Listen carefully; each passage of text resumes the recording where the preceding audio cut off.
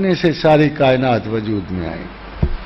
مگر 1500 برس پہلے بڑے سمپل لہجے میں، تحکمانہ لہجے میں، ایک غالبانہ قوت کے انداز میں اللہ نے کہا اولم یر الذین کفروا، تم میرا انکار کیسے کرو گے؟ تم میں جرأت کہاں ہے؟ تم میں جرأت کہاں ہے کہ تم اپنے مالک اور خلاق اور علیم کے سامنے جرأت کرو بات کرنے کی؟ ان السماوات والارض کانتا رتقا ففتقناہما، یہ شروع میں سب کائنات، سارے زمین آسمان ستارے ایک تھے، پھر ہم نے ان کو پھاڑ کے جدا کر دیا. وجعلنا من الماء کل شیء حی، اور تمام حیات کو پانی سے پیدا کیا. تمام حیات. خاتین حضرات، یہ ہے آپ کا پرور، دو ٹوک بات کرتا، بالکل کھری کھری، کوئی ابہام نہیں چھوڑتا. یہ کتاب مبین ہے.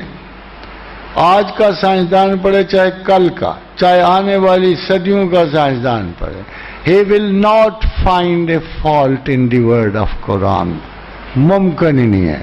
آج مجھے ممکن نہیں ہے، کل اس کو ممکن نہیں ہوگا. قیامت تک یہ کتاب جو ہے کتاب تخلیق ہے. مگر ذرا اپنے رسول کا علم دیکھیں. پوچھا گیا أَيْنَ كَانَ رَبُّنَا يَخْلُقُ الْخَلَقَ، یا رسول اللہ، یہ چاند ستاروں کی تخلیق سے پہلے ہمارا رب کہاں تھا؟ فرمایا کان فی امائن، وہ دھند میں تھا، بادلوں میں تھا، وہ گیسیس والیومز میں تھا. اس کے اوپر بھی تحتہ ہوا مقامہ فوقہ ہوا، اللہ کے اوپر بھی ہوائیں تھیں، اس کے نیچے بھی ہوائیں تھیں. خاتون حضرات، 1500 برس پہلے مدینہ میں، چلیے پیغمبر ہی ہٹا لو، نہ ماننے والوں کو پوچھ لو، نہیں مانتے نہ مانے انہیں اللہ کا رسول، مگر بتاؤ تو صحیح کہ یہ پیور سائنٹیفک انفارمیشن انہیں کہاں سے مل گئی؟ ابھی تو سراغ بھی نہیں تھا علم کا. ابھی تو علم حیات کو کوئی بھی کسی قسم کی شناخت بھی نہیں ملی تھی. ابھی تو ہبل بھی نہیں بنی تھی. ابھی تو کوئی دوربینیں ماؤنٹ ایلینا پہ استوار نہیں ہوئی تھی.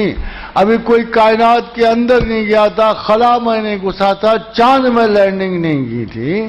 تو یہ کیسے ممکن ہے کہ محمد رسول اللہ وہ بات کہیں جو الٹیمیٹ ہے سائنسدانوں کی نگاہ میں؟ سائنسدان کیا کہتے ہیں؟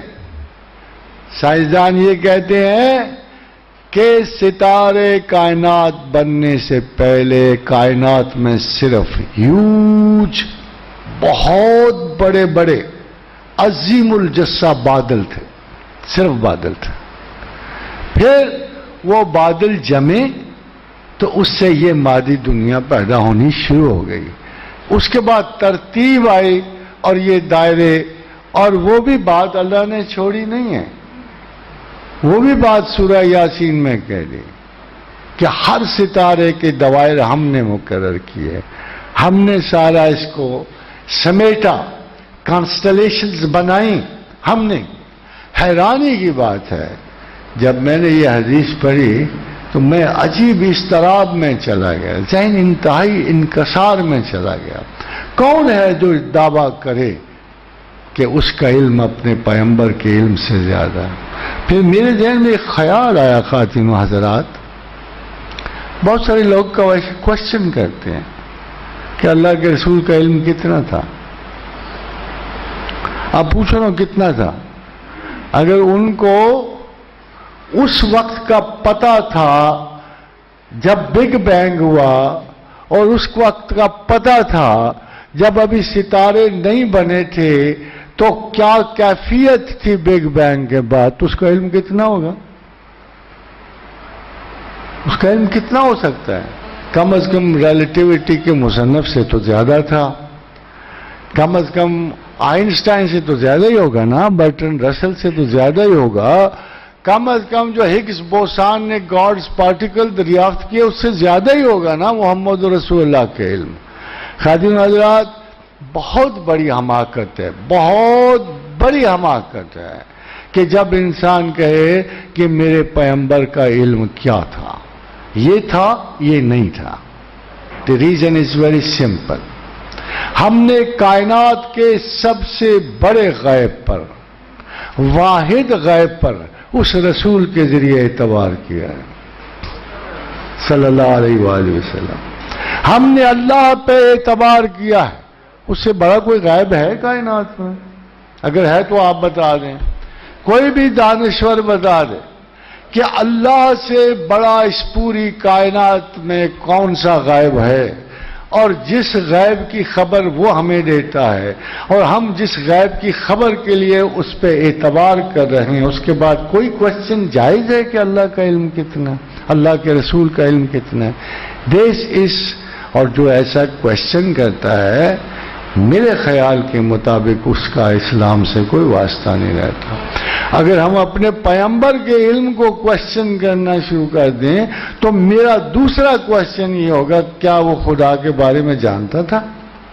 جس کی خبر ہمیں دے رہا ہے کیا اس کے بارے میں جانتا تھا؟ پھر میں کوشچن کروں گا، اس نے دیکھا بھی تھا کہ نہیں دیکھا تھا؟ کیا وہ اللہ کا گواہ تھا بھی کہ نہیں تھا؟ وہ شاہد اور نذیر تھا بھی کہ نہیں تھا؟